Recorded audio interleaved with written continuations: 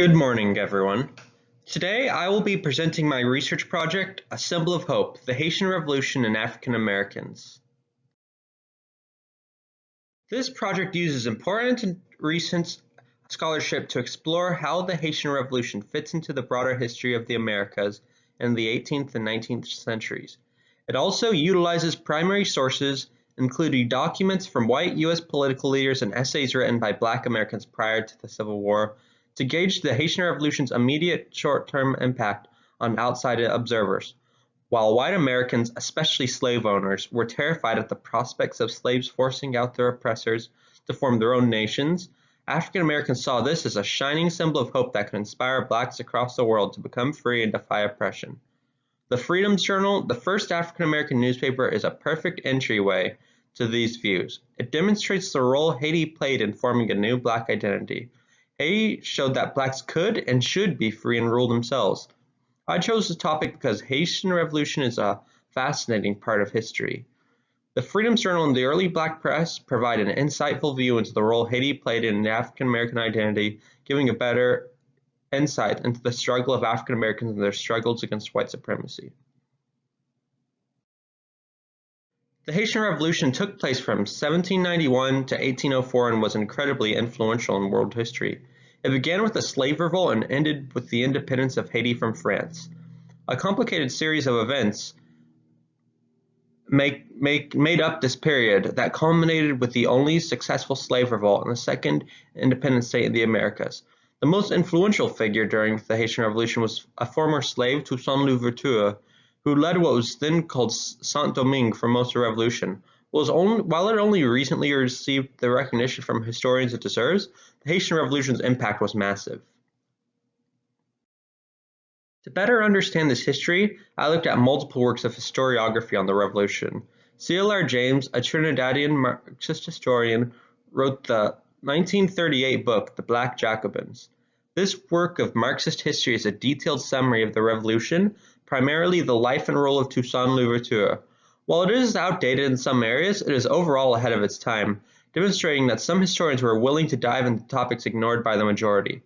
Haitian Revolutionary Studies is a series of essays by David Patrick Gegas, a major scholar on the Haitian Revolution. It focuses on a variety of topics related to the revolution, such as the roles of voodoo and maroons, also disproving some nationalist myths.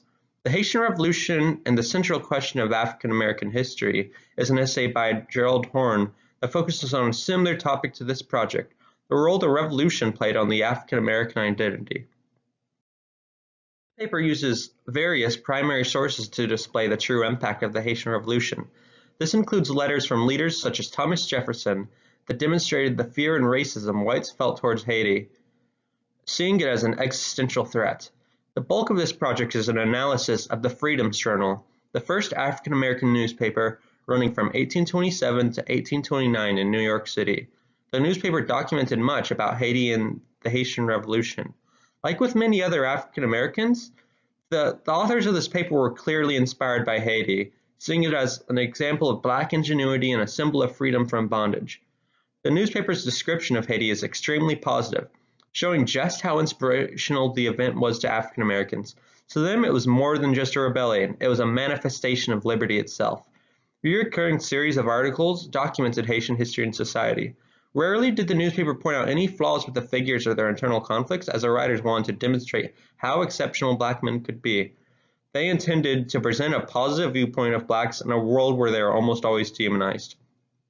The newspaper's series on Haitian history had a lot of uses. There are many goals to this series, as they hoped to prove that blacks could rule themselves, foster a new form of black nationalism, educate African Americans on an important part of history, and inspire others to take a similar path to Haiti. It helped educate its readers on a nation that was demonized by whites, showing that it was not the barbaric place they claimed it to be. At the time, few people put any positive focus on the island country, and few cared about its history. These articles were meant to be an early dive into its history long before any history books would be written on the nation. This was a rare example of the early study of Haitian history and can demonstrate much about the African American perspective. Haitian history was shown to be just as important to learn as any other history. Its description was meant to prove that blacks and whites were equal, displaying Haiti as a symbol of hope and a great and powerful nation. It was proof that people of African descent could govern themselves, So the primary use of these articles was racial rehabilitation.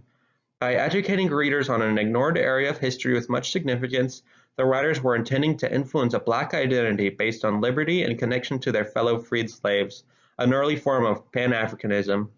Haiti would continue to have a strong impact on the identity of African Americans long after the Freedoms Journal ceased publication.